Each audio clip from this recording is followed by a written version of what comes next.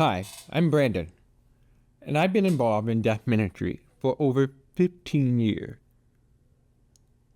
I also serve as the executive director of Deaf Millennial Project.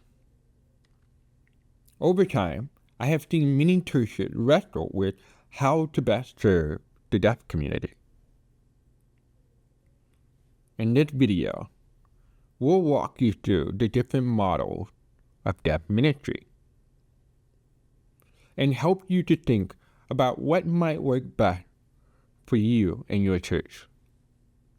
Whether you're just starting out or looking to grow and learn more, we hope that this will give you a clear path forward. Let's get started. One of the most common questions that is asked or is most often mentioned in conversations with hearing leaders: what is the best approach or model to take? And while we will share the different models of deaf ministry, there are several questions we always ask churches. What is your end goal with deaf ministry? And then we'll ask, are you trying to be accessible or accessible and inclusive? And then the big question: what is the heart of leadership? Yeah. Why are these questions so important? Well, because leadership desire and heart often lead to the success or failure of deaf ministry and determine how many barriers it will face in a local church. And while our heart and dream is to see every local, traditional, and house church have a passion for reaching the deaf, the reality is this is not always the case, and that's okay. Every model should at least be evaluated to determine what best fits their ministry and needs. So before we go any further, here are some questions for you and your team to consider.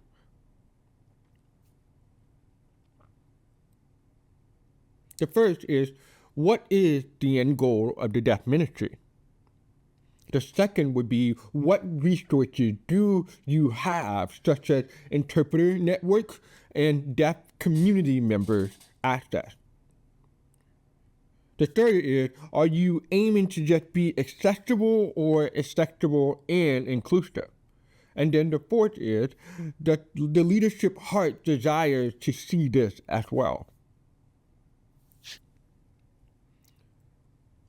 These are just some of the starting guide questions to consider and ask when evaluating the heart of deaf ministry and each model of it.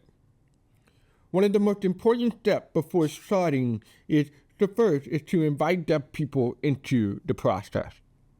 For far too long, the ministry had been done for the deaf instead of with the deaf. The four models of deaf ministry. The interpreting ministry. Interpreting ministry model typically involve both deaf and hearing worshiping together. In this model, there is usually no deaf person leading the ministry. Instead, an interpreter leads and communicates with hearing leaders. The church's main focus is typically just to provide access. The relationship between deaf and hearing members tends to be superficial. And this type of ministry depends on having certified and skilled interpreters regularly. And deaf people are not always involved on a deeper level. Most churches in America use the interpreting ministry model. The average interpreting ministry averages around 5 to 10 deaf members attending weekly on Sunday morning. the interpretive ministry model is a great way to start building relationships and understanding the deaf community and its needs. It also pushes the church to become more accessible in ministry. The second is integrated ministry.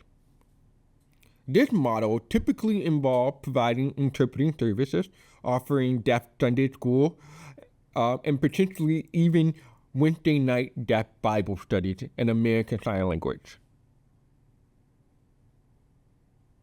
In this type of ministry, the needs of the deaf are met through biblical access in their heart language and equipping as well.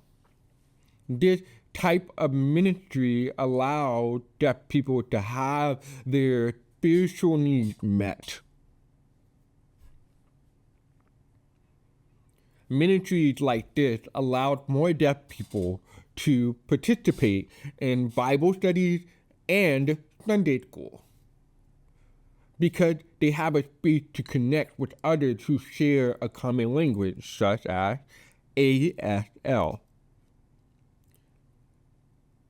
This also provides opportunity to create deaf leaders who will lead these Sunday schools and deaf Bible studies.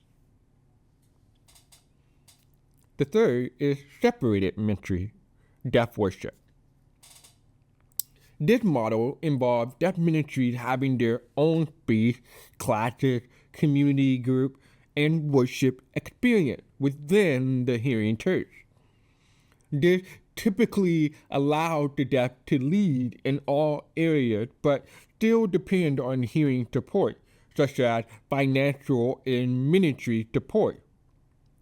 It allows deaf to grow, teach, and disciple within their community and heart language. In this model, a deaf community or leader often report to the hearing staff. However, leaders are not typically a part of the key meeting. A hearing staff member serves as the liaison for the deaf ministry. It is strongly encouraged that leaders invite deaf people to be a part of those meetings to give feedback and input. Ministries with their own space and deaf worship often see an average attendance of 10 to 30 people per week. The fourth model is deaf church, deported or independent. In this model, deaf ministries meet typically on their own. They may still use the hearing church space, but they have full control over that space and their financial resources. Deaf ministry leaders assume the roles of leading the church. In this scenario, the deaf are more actively involved in all areas of reaching and impacting other deaf with the gospel. The hearing church does not control how they reach the deaf, but instead encourage them to develop their own method. To be clear, this doesn't mean that hearing people are not involved in any aspect of the ministry. Hearing individuals can be involved. It just means that a majority of the leadership is deaf, with a few hearing a part of it.